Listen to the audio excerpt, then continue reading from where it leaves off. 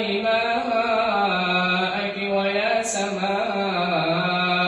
أقلعي وغيض الماء وقضي الأمر واستوت على الجودي وقيل بعدا للقوم الظالمين. ونادى لوط ربه فقال رب إن ابني من أهلي وإن وعدك الحق وأنت أحكم الحاكمين.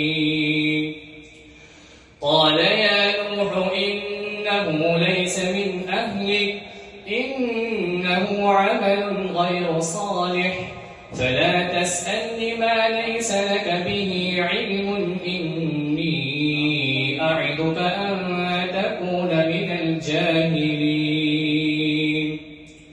قال رب إني أعوذ بك أن أسألك ما ليس لي به علم وإلا تغفر لي وترحمني أكن من الخاسرين.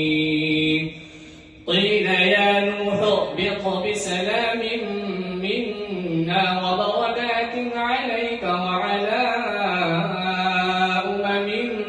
ممن معك وأمم سنمتعهم ثم يمسهم منا عذاب أليم. تلك من أنباء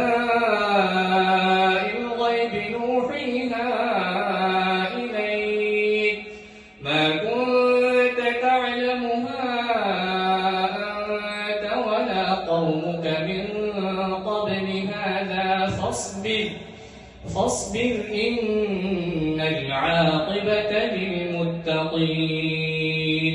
صدق الله العظيم.